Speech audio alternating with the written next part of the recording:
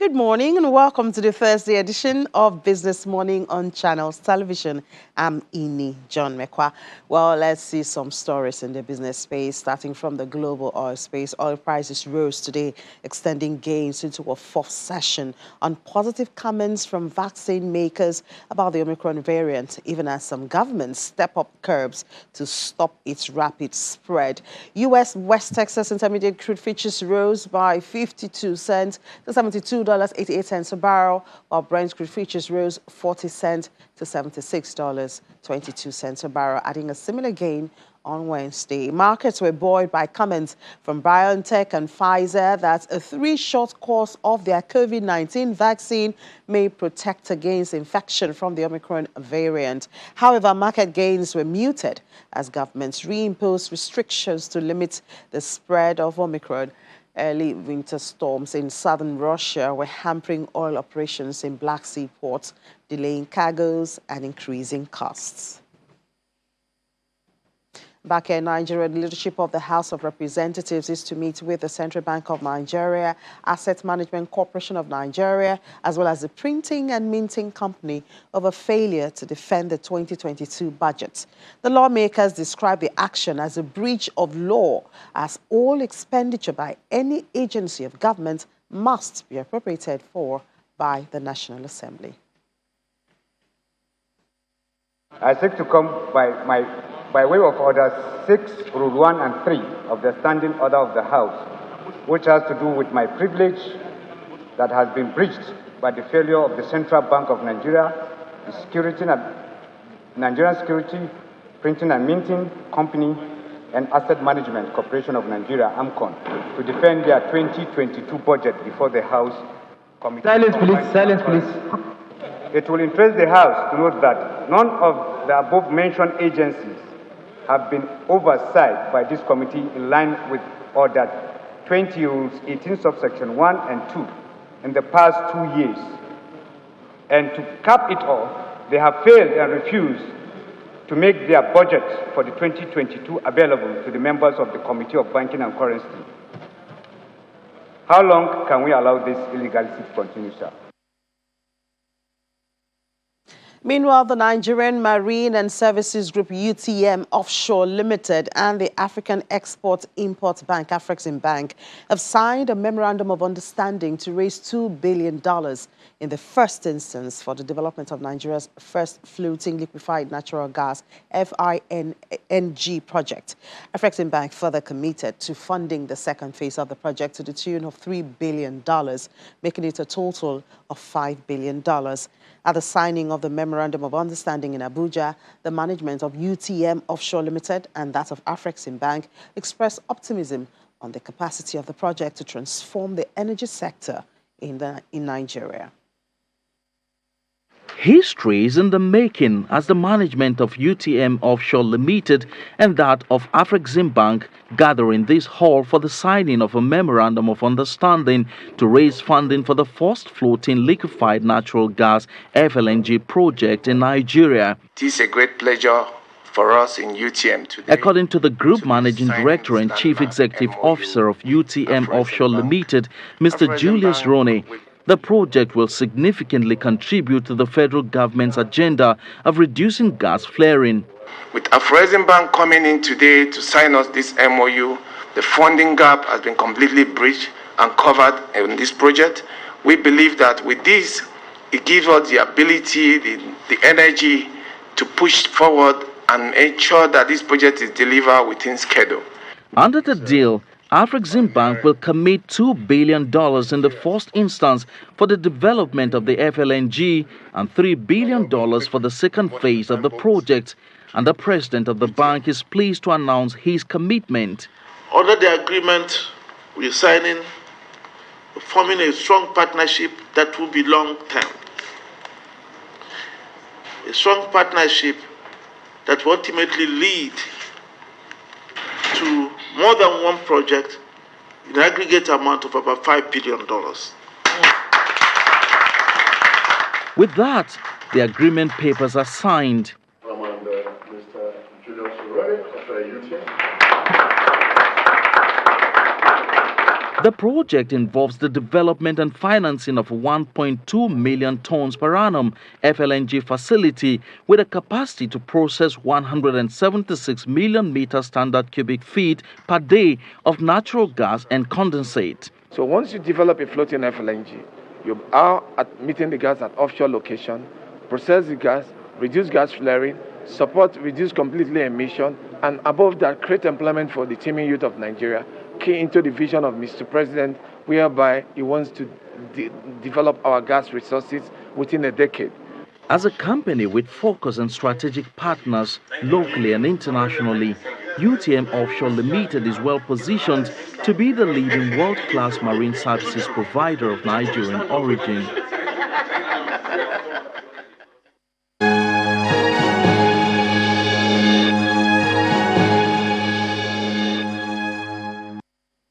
Welcome back. Well, Nigeria's trade deficit is at 3 trillion naira. And this indicates a difference of over 61% quarter on quarter as it rose from 1.87 trillion naira in the second quarter to 3.02 trillion in the last quarter. Well, let's talk about the details and the implication of this with Bolanle Agbaje, analyst with Financial Derivatives Company. Good to speak to you again, a second time this week, Bolanle. Yeah.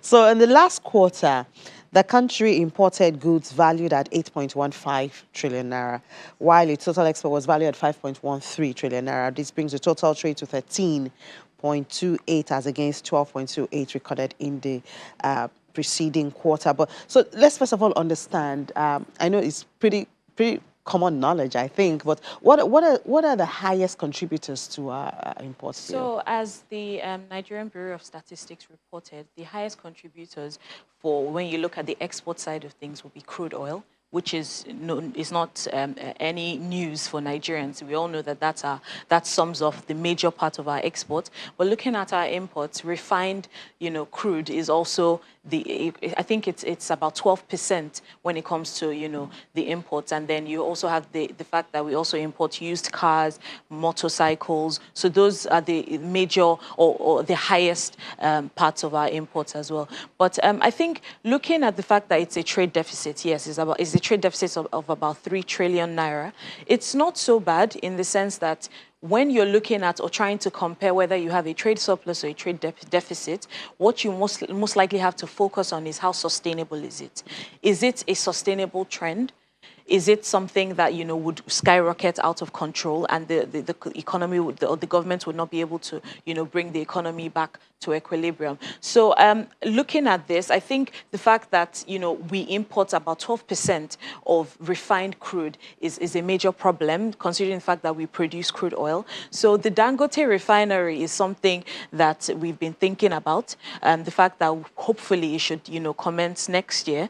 It's supposed to add about 650,000 barrels per day of refined crude into the system, which is great news. And that should, add about 25% to our export revenue as well. So hopefully that should change the trade deficit that we're seeing at the moment. Okay, so when we talk about Dangote, of course, it brings, some light into the scene.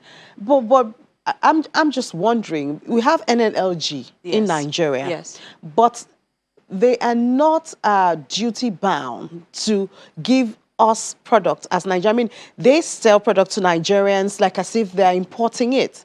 So do you understand? Yes. We're happy and we're looking forward to Dangote, but do we know the details of the arrangements or the agreement? Dangote is a business. Yes. Do you understand? Is he going to give preference or make some compromises for Nigeria? He can decide to export his products. I'm sure, as time goes on, we'll get to know more details about, who the refined crude would be sold to, whether it's the marketers and how that would also, affect, petroleum price within the country. But I think so far so good. Dangote is mainly focused, apart from, obviously as a private business owner, he's focused on making an impact in the oil industry in Nigeria. And so that would mean, changing the course of the way we've been operating, producing refined crude, exporting that, and then importing refined crude. I don't think and paying subsidy. It's not a good look for us as Nigerians. It hasn't been, and I think Dangote is going to be a game changer when it comes to the oil industry. We expect it at the middle of next year. Well, so far so good. I think they're working at it. The last news I heard was that in January they were going to do some commencements and all of that, but to be more optimistic, before the end of next year, we should see something in the market. And this should collide with the halting of subsidy, which is supposed to commence in June. Yes, which is great, so that the impact on petroleum price within the economy wouldn't be so bad for Nigerians, because I think it's the last thing we need at the moment, considering the high cost environment that we're currently living in. I was still talking about high cost and the issue of infrastructure. We talk about movement of the products to supply, security along the road. Yes. These are logistics that should be in place by now. Not when it starts, and then we now have that as another shocker to say, oh yes, we do have Dangote refinery. No, but with the Dangote refinery, I think they have, sorted out or more or less factored in the logistics on how they would distribute some of these refined crude to different marketers across the country. So I don't think they would just produce a refinery or build a refinery rather, and then not figure out how some of these products, yes. So I'm sure it's something that they have worked on. Like I mentioned, as time goes on or as time goes by, we'll definitely get more details about how this particular refined crude will be channeled through the economy. And then we also see that Nigeria's external reserve dipped by $633 million last month in the face of CBN's intervention in the FX. And they're trying their best, but the Naira has now fallen today to about 500, and in the parallel market rather to about 570 Naira to the dollar. So the impact is not really felt. And like I mentioned, with the trade deficit, I'm definitely certain that had, had issues with our currency as well, because the more you import, the more your currency weakens. Although, in actual fact, it should actually translate into a stronger currency in the medium to long term, in the sense that, once your currency weakens, your goods become more attractive to, the international space. But that's not the case. I guess, we have the goods? Maybe we don't, exactly. So we don't even have the goods to actually export, or the high quality goods. We do have some commodity products, but are they of high quality? Are they the quality that, these international, or do they meet international standards rather? So that's, those are some of the issues that we're looking at. And it goes back to the news of coffee. The price of coffee around the world is currently very high due to the fact that there's been supply shortages and also shipping and transportation logistics, issues as well, due to the very new variant that we're seeing at the moment. And specifically in Brazil, the fact that, we've seen it's the largest producer of coffee, and the weather conditions kind of, reduced supply in that particular country, also affected or played a part into the price of coffee. But then what's mostly important is the fact that Kenya, on the other hand, who's also a producer of coffee, actually saw a reduction in their price. And why did we see that? It's because of the low quality grade that they had produced. So we're seeing benefits of high coffee prices around the world, but Kenya isn't benefiting from that, from this high price due to their quality. So quality is a major issue. Yeah, when you talk of coffee, I know there's a story we had on our bulletin last night in Ondo State, about a factory that's into coffee, and cocoa and things like that. And we're not even... We're definitely not close. So we're definitely not close. We're a consumer. So high prices of coffee is not so great for us. Yeah. Ideally, we should actually be able to produce coffee as well, because we have the weather for it. But we're just not, serious about the other aspects. It's not just about producing. It's about logistics. It's about storage. And once you don't have that in place, you're not going to get your commodities across or out of the country. And that also reminds me of AFEX. I mean, they just had a bond, a $100 million bond, and they said a major part of it will be for storage. Yes. Because storage is a major issue. Some of these products or some of these commodities are highly perishable. And if you don't store quality, you can definitely not meet, the international standards that you're looking for. And storage is also about electricity. It plays so many factors of the economy that, are lacking, plays into the storage aspect as well. When it comes to power, we're still heavily reliant on, diesel for energy generation. Power is not up to par at the moment. So some of those issues play a significant, role. And sometimes even transportation. I know I spoke to a cocoa exporter some time ago, and he shared his experience of moving his products from his factory to the ports. Yes. And before it got to the ports, it's already, yes. You And spend so a lot. You spend long hours on the roads due to traffic, heavy traffic, bad roads and all that. But I would like to commend the Lagos State government. I think they're doing a very good job at fixing, although it seems like it's being done at the same time and, so it's causing a lot disruption. of, yes. But at the end of the day, I think is what we have to do to make sure that, traffic is reduced and movement of or businesses can move and be more efficient in the economy.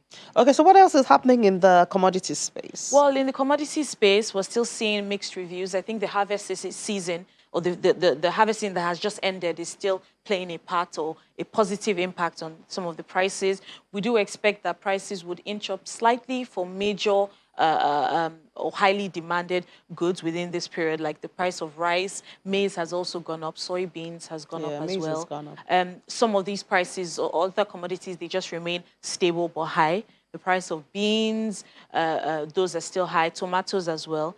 And so definitely not, the December that we saw last year, but prices are majorly stable at the moment. And the festive commodities, the chicken, the turkey. We do expect the prices to shoot up marginally. So do they shoot up because they have to shoot up, or they shoot up just because there's higher demand? It's a season. So it's just because there's higher demand. It's the seasonal effect on prices. So once it's the Christmas period, everybody has, there's that mindset that the price of chicken, even before, you get the demand into the system, there's already that mindset. And most, most producers or suppliers would automatically start to increase their prices during this period. And now, finally, we see oil prices, easing. The concerns on Omicron is easing. So oil prices are quite bullish now. Just because, they mentioned that the current vaccine, COVID vaccine, is good enough. You just need to probably take a booster shot. Yes. And, that's great. Although a lot of countries are still trying to protect themselves. And I believe not very long, in the next month or two, by the time they review the impact of this new variant, I'm sure most countries will go back to their opening up, and particularly aviation. Aviation is a major, and the demand for oil from aviation is huge. So if you're seeing disruptions in the aviation sector, then it's not really great for oil prices. But like I mentioned, OPEC Plus they're very bullish about oil prices. Yes, they are, obviously. And a lot of analysts believe that oil prices will get to as high as $100 when by next year. So let's hope, because it's great for us in actual fact. It's great for us. And if the Dangote refinery comes into play as well, it will be fantastic for the country. Well, we're looking forward to it, and we'll remain optimistic. Yes. All right, Bolani, thank you so much for sharing your thoughts with us again this morning. Enjoy the rest of your day. Thank you. So we'll take a break now. After the break, Nigeria has been ranked 35th in the world in terms of doing business online. What does that mean for you and I? Let's find out after the break. This is Business Morning on Channels Television.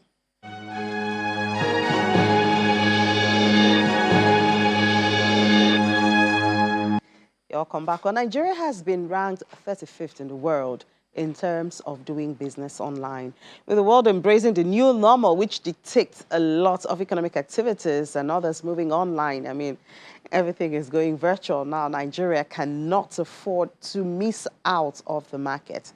Well, what does this mean, this rating given to Nigeria? We have Chikodi Ukiwe, CEO of Show Love, an online gift business, joining us for this conversation. Good to speak with you, Chikodi. Welcome to the show.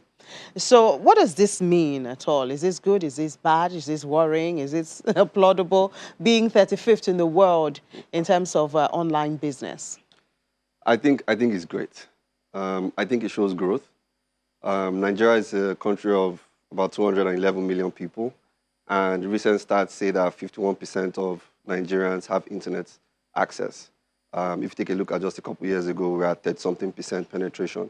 So that's awesome. If you also take a look at the levers, it gets even more interesting. Africa is #1 in penetration of mobile technology in the world, right? And your guess is as good as mine. Who is leading that charge? It's Nigeria. So we are getting access to cheaper mobile phones in the hands of more people. So statistics say around 2026, we see that number increasing to about 56 or 64% of total population who have access to internet. However, if you take a look at the bedrock of business, is payments. Business is the exchange of goods and services, but it needs to be consummated by payments. And that's why you see an influx of fintech companies. It seems like you can't get enough of fintech companies, and that's the reason, because the appetite for transacting online is increasing, and then there's a need to fulfill that need. So finance absolutely needs to be a part of it. Something that's also very interesting is that people usually forget that stats tell us that 43% of this country is younger than 15 years old. That means in 3 to 5 years, we have a new set of 18 to 19-year-olds that will now be eligible earners and will want to do business. So that explosion is expected to come. So it's great news, and it's great progress for Nigeria. Well, there's a fear of cyberspace security. I mean, I don't know, but someone like me putting my card details online is something I cringe at. So there's, as regards growth in general, right, there's risk. A child grows up and then all of a sudden you send them to school and they have access to internet. They will be exposed to things, but then that should not mitigate their growth, right? What we need to do is put checks and balances. Cybercrime is not peculiar to Nigeria, it's not peculiar to Africa, it's a global problem. I don't know if a lot of people know this, but in 2015, Nigeria actually put forward a cybercrime act. That's to show how proactive we are in trying to curb this threat. Just 2 years ago, the UN put together a proposal for a new treaty on cybercrime. So the world is beginning to understand that to be able to combat this problem, we absolutely need to come together to tackle this threat. For us, actionable points, right? It's not just enough to talk about it being part of the problem. Exactly. Actionable points we can see in the exercise that is going on with the NIN.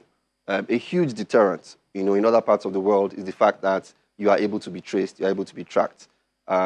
It may be corrective as opposed to preventive, but it's still a huge deterrent, knowing that if I do something, I will not get away with it.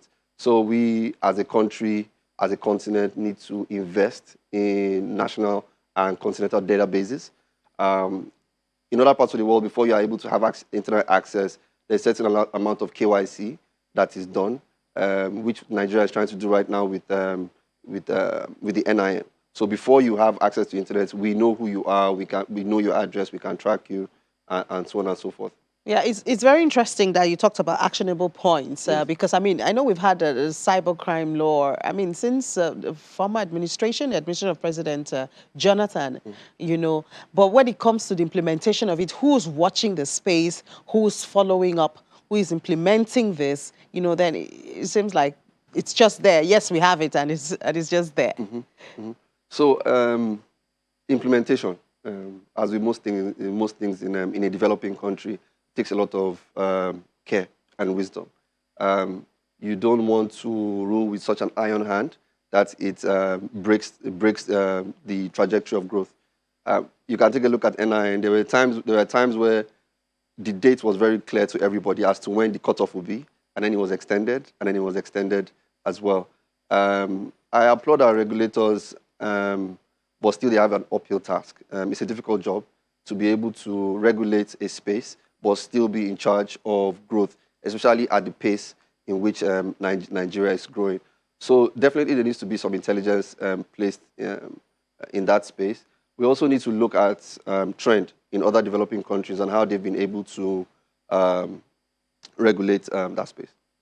And of course, you talked about payments, which is is a major part of all of this. And that brings to mind the issue of financial inclusion, you know, which may seem like it's a challenge, or, you know, in developing or spreading this news of online business and things like that. How good are we in the area of financial inclusion to motivate or to boost the spread of online businesses? So, on one hand, we're not doing very well. In the fact that I think last report by NIBS, we're just under 40 million BVNs in the whole country. If you take a look at the fact that we're 211 million people, that's not a very good number. And for you to be able to transact online, you need some form of financial services. So if you don't have banking services, that becomes pretty difficult. However, with the introduction of mobile money and offline Momo agents, we've seen another set of people. Recent data says about 3% of the population have mobile money accounts. Those guys don't need BVNs to transact. Those guys don't need conventional financial services. Isn't that a risk also? So good. The World Bank defines financial services, right? And I don't want us to confuse it with banking services. The World Bank defines financial services as providing useful, relevant, and affordable financial services to a person. If you take a look at banking services right now, would you say it's useful? Yes. Would you say it's relevant? Yes. Would you say it's affordable? Some may say yes, some may say no. We have to be very cautious in the fact that Nigeria, we are not a template, right? We are a peculiar people, and that is why you see a lot of interesting models. We have a lot of offline models that are becoming like a hybrid, right, between the conventional banking system and your neighborhood Momo agent. So the rise of such hybrids, I think, will be the key to unlocking financial inclusion in this country. So let's face this first before we now start getting worried about all the security because they don't have. Let's just spread the nets first. That's what you're trying to say. But we still have this issue of in payment system. For instance, you use your card, you do a POS transaction. It's declined, you are debited, you go to the bank, you know, and you start the journey of calling and going to the bank and threatening the banks. You know, we still have that. That says something about our system. Yes. I had this chat with somebody the other day about person-to-person transfers. And Nigeria, again, isn't doing very badly in that aspect. You'll be very surprised to know that in other more developed countries, it will take maybe 2 to 3 days for you to do an interbank transfer between. But we have countries like Kenya that are doing much better. Excellent, excellent, excellent. So we need to look at where we are coming from, right? And we need to look at countries who are doing it better. Good news for everybody, I think, is the recent license that has been given to mobile operators, right? Because they are grassroots. And this banking license, I think it's a service banking license, will be able to attack the people in the grassroots to be able to transact on that level. Then you have e-Naira now. That's supposed to help us solve some of this problem. Yes, I think that will be one for the future. If you take a look at, again, the World Bank definition of financial services, which is useful, relevant, and affordable, unfortunately, right now, the e-Naira doesn't tick those boxes. But I assume, you know, with a lot more adoption, it will help us in the long run in digitizing the formal economy. But it should help us with, you know, because it's like peer to peer. So you don't have the issue like the one I just described where, you know, you have a transaction and on one end it seems to have gone through and the other end, with e-Naira, it should go straight, right? Yes, it should. But then if you take a look at the initial stats, which I said, just about under 40 million people, which is less than 20% of the entire population, will be able to, right now, today, will be able to leverage the e-Naira because they don't have access to formal banking. So that first hurdle still needs to be, passed before we can use the e-Naira. Okay, so I'm sure you've heard of the news of Equinix acquiring Main One. What is your expectation from that? I think it's great news for the entire technology ecosystem. Main One have done a fantastic job. Since 2008, that company has done some amazing stuff. It's a great deal for both parties. I think they closed at around $320 million. Yeah. Some actually saying that it's a much better deal for Equinix, that they got a good deal, seeing that maybe some more money had been pumped into May 1 to get it to where it is. The figure I think is around $400 million. But for Equinix, I think it's a good move because they are acquiring a company that is predominantly in West Africa, not just Nigeria, and has been offering good services. What that means for us is that we have a global player, a global power. As the consumers now. Yes, as the consumer, thank you. As the consumer. What that means is that we have a global power in connectivity coming into the country and into the space. And what we can see, because I read a report recently by the CEO of Main One when she said supply demand isn't the problem, right? We have a lot of people who are looking to consume internet. That demand is, that supply is. Yeah. So with the bringing of Equinix, right, we have somebody who's coming with more expertise who can help us fix some of the challenges that we currently have and most likely help us to increase the supply. Well, I hope we have the attention. We've been one. We knew it was coming from us, so we had the whole attention. Now it's a much bigger company. Yes. I hope we will have the same attention or better attention, that is. Oh, yes. It's very interesting to know that Equinix actually, even before their acquisition of May 1, had said that one of their visions was to become one of the leading service providers in Africa. I didn't know that until I actually read the details of the deal. So it has been a vision of theirs, and it's good to see that they're actually making moves to establishing this vision by the acquisition of such a power as May 1. All right, thank you so much, Chikodi Ukiwe, CEO of Show Love and Online Gift Business, for joining us this morning and sharing your thoughts with us. Thank you very much.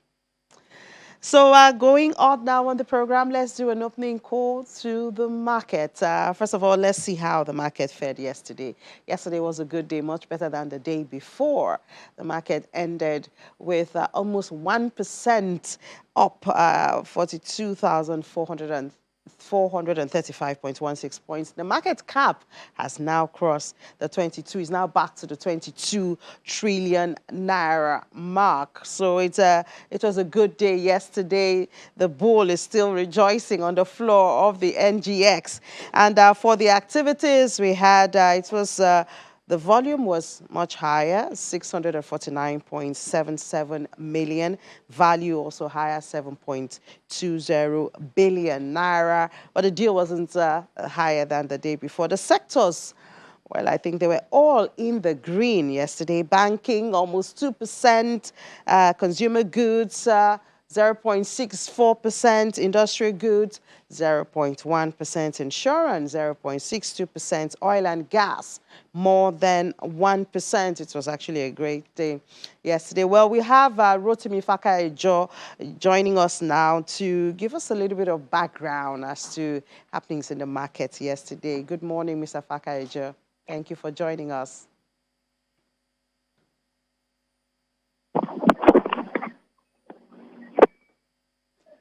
Good morning, Mr. Fakaejo. Can you hear me? Good morning. I can hear you. Okay, so the market is back now. Hopefully this has come to stay because we had quite a shock for 6 consecutive sessions. It was all in the negative. Is this how it will be at least until Christmas? What do you see? Well, I think with the way it is, we expect sustainability at this level. But the market is showing a different direction this morning, which I believe also may not be sustained for the entire trading day. Because right now the market is down, and courtesy of Dangote Cement, which has lost 10% this morning. But for that early transaction like this, it's unlikely that that price will be sustained today. So we may not really see the price closing as at the level that it is. So what I'm saying in essence is we may have sustenance of the trend that began day before yesterday with 0.03%, yesterday 0.99%, and we may just have that trend continue today if we eventually have a reversal in the price of Dangote Cement, which is most likely. So can we attribute that profit taking? No, I don't think so. It might just be a sale pressure, maybe from a particular client. I mean, a particular shareholder. But be that as it may, I don't really see that price being sustained today at that low level. So we may actually still have the market closing on a positive trend. Okay, we certainly hope to see that. But what else are you expecting for the rest of the month as we head towards Christmas? Do we see investors trying to get what they can for the festivities? Yes, the way it is, there is still going to be a lot of excitement in the market. One, on the part of when prices go up, investors, the retail investors, or some other institutional investors may want to take a price. But at the same time, too, institutional investors and portfolio managers, we actually want to sustain their book.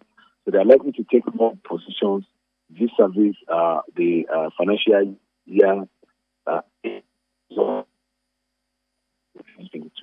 And for what we've seen in the last 3 quarters, for some of the stocks with sound fundamentals and good dividend yields in view, I believe strongly that investors will put in more funds to actually get more position and also prepare themselves to actually partake in those return.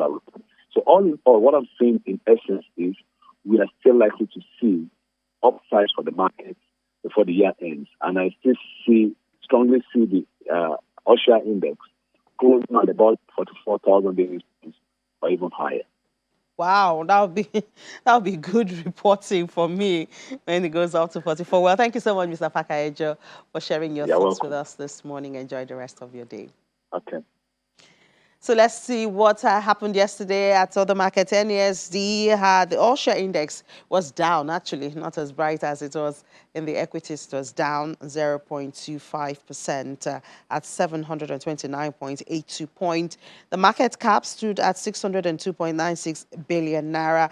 Looking at the activities for NESD, 14 deals yesterday, valued at 37.99 million naira. Now let's see happenings at the FGN bonds. The FGN bond yesterday had 24 deals valued at over 15 billion naira. The most favored was 24th of July 2045, followed by 18th of March 2036 and 23rd of February 2028. Well, it was quite busy at the bonds market yesterday. And the Treasury bonds, NTB now. Only 6 deals yesterday at the NTB, but it's 6.20 billion naira. And 27th of October, most of the securities that are maturing next year, those were the ones that were active yesterday, October, March, and November next year. Let's go to the CBN bills now. The central bank bills had 9 deals yesterday at the value of 18 billion naira. 30th of May 2022 had 6 deals valued at 11 billion naira, while the 2nd of May 2022 had 3 deals there. And finally, OMO, the OMO market had 6 deals yesterday. 15.90 billion was the value at the end of trading yesterday. 22nd of November 2022. I mean, I think a lot of people are very much interested in the securities that are maturing next year. So we see a lot of activity around that, both in the FGN, in the OMO, everywhere we see people really interested in that. That's how the market was yesterday. We'll take a break. When we come back, we'll head to London. Do stay with us. It's Business Morning on Channel.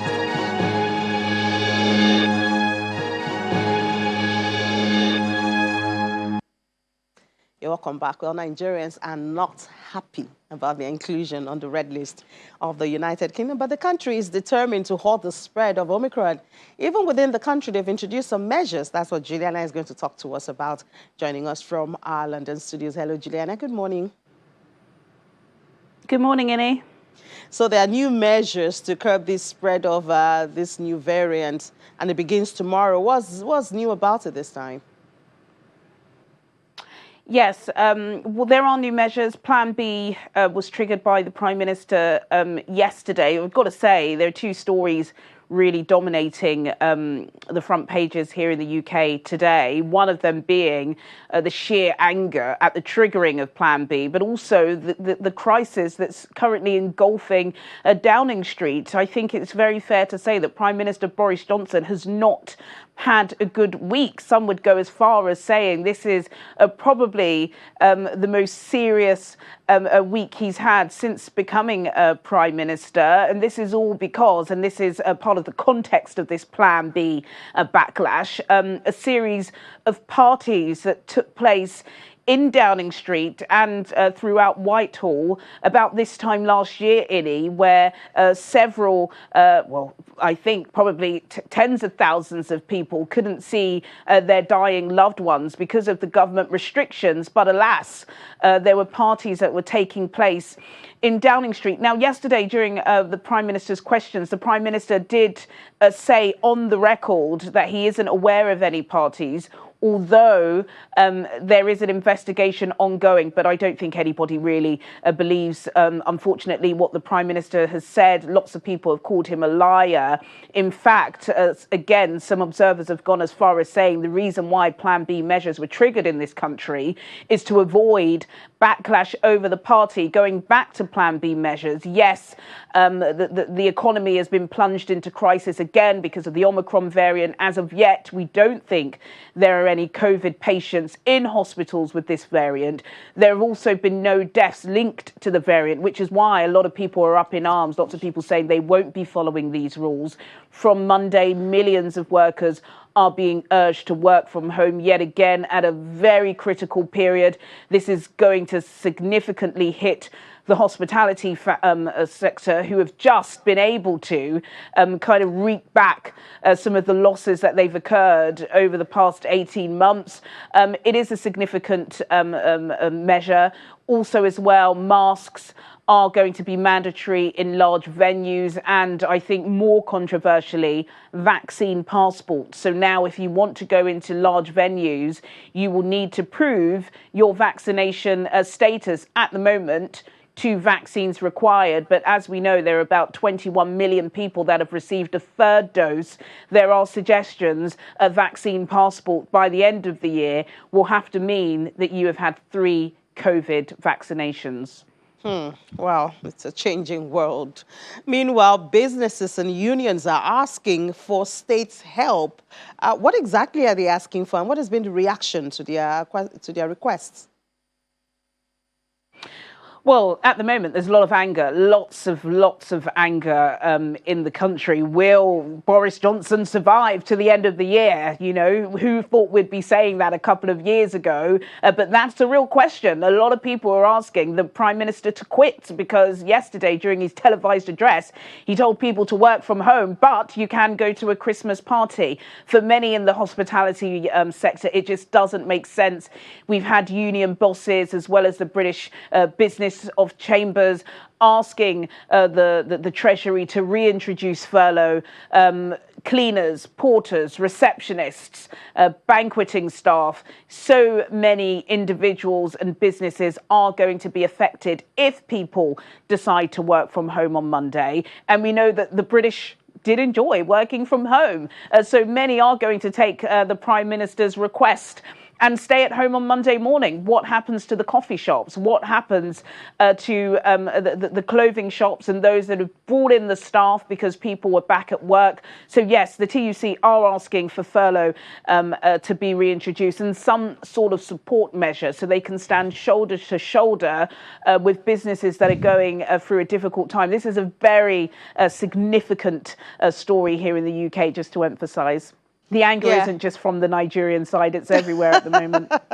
Yes, obviously. Well, I guess another question will also be, can the government afford the furlough at this time? You know, that would be another discussion.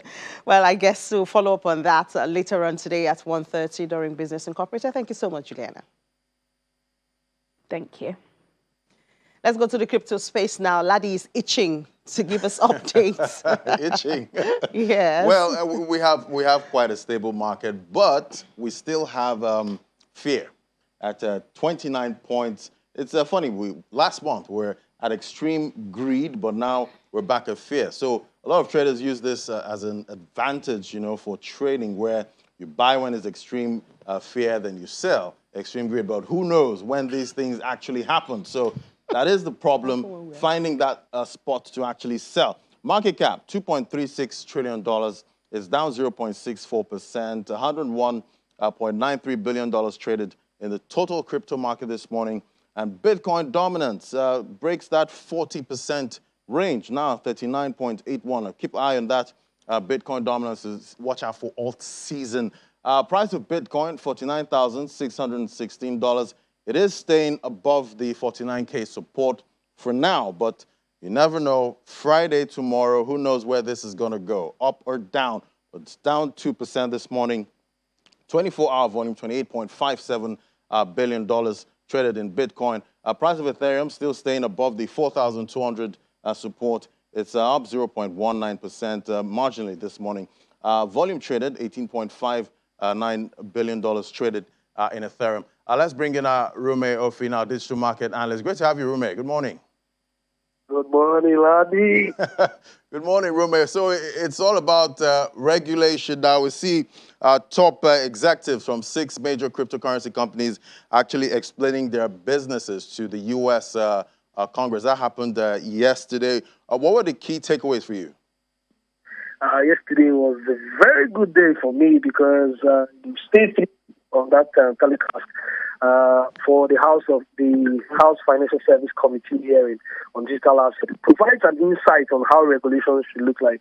You know, I know we are a bit far from that in this part of the world because I don't think legislative bodies are aware of what is going on, but these guys are really key with that. With the chairwoman on the committee yesterday, Maxine Waters, she was just asking very cool questions about how this will affect the U.S. dollar, because the U.S. government are really, really particular about how all of digital asset is going to affect the dollar, you know, because the dollar is the global currency being used for trade. You know, so I also like the situation of how they saw stablecoin, because a few of this company were on board. For example, the top executive from Coinbase Incorporated, and also we have that from Stellar. Stellar is also a ledger system for payment, right? They actually spoke about how fast, considering the fact that a lot of persons were unbanked globally and how their system is actually working. You know, at some point, I even made mention at some point about Nigeria, you know, and how some of these things are happening and how the interest is going. And it's just quite unfortunate that we've not come up with our own framework at this point in time. But it's all well and good, and the key takeaway for me is that these guys are really prepared. They are so knowledgeable. They actually know what they're doing, and very soon they're going to come up with a blueprint for people to transact really fast. Right, and it's quite interesting that for the first time, the U.S. Congress is actually, you know, listening to, the crypto community. It's quite interesting, I must say, Rume. But it's Friday tomorrow, Rume. Up or down, Bitcoin? Where are you seeing it going? I think a lot of us have actually blew their mind too much on price, right? Price is becoming becoming a very emotional for us, right? The big guys are buying. I advise a lot of people to do your dollar cost averaging. Always buy the dips, quite all right, though. But waiting for just something actually could push the market forward. You know, all of these are coming at the same time. The other day, India was coming up with also with their framework on how transactions can go in, and they are saying that people should focus on custodian wallets. You know, so any of these news can just pull it out, but a lot of persons are buying. But so, for Rume, now, I take it you're staying on the fence. We'll just consolidate for a while. Consolidate for a while. So are you saying down or up? Tell me one. Give me one. So let me tell you sideways. No, Rume, down or up? All right, Rume. Yeah. All right, Rume, thank you so much, Rume. We'll continue this conversation. Thank you so much, Rume. Thank you.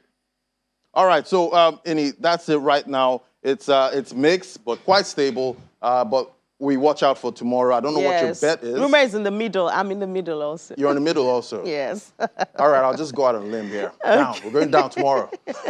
We're going down tomorrow? Yeah. I'll watch out for that. All right. All right. Thank you so much, Ladi. And that's it on the program. Thank you so much for being a part of it. Let's do it again tomorrow. I'm Ini John Mekwa. Do remember, 1:30, Business Incorporated will be here to give you updates from the world of business.